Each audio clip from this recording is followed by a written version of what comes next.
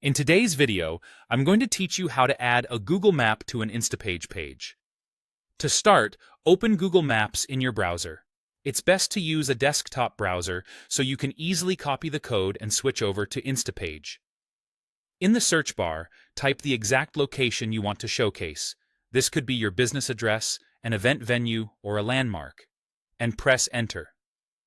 Make sure the pin is placed where you want it, and adjust the zoom level and map view so it looks the way you'd like your visitors to see it. Look for the Share button.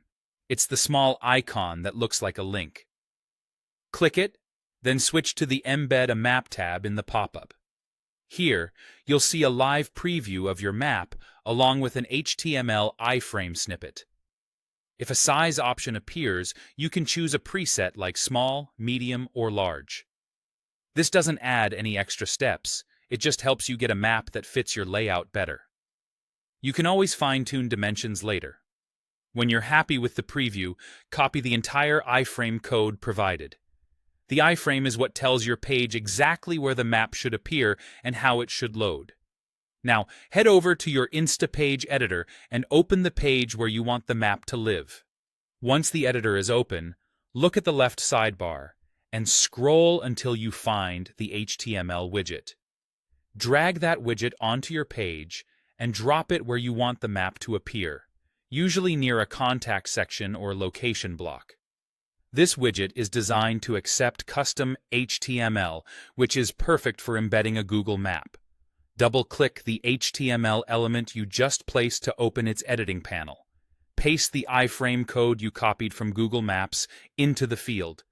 Before you close the panel, you can glance at the width and height values in the code. If you prefer a full-width map, setting the width to 100% is a common choice, and you can pick a height that matches your design.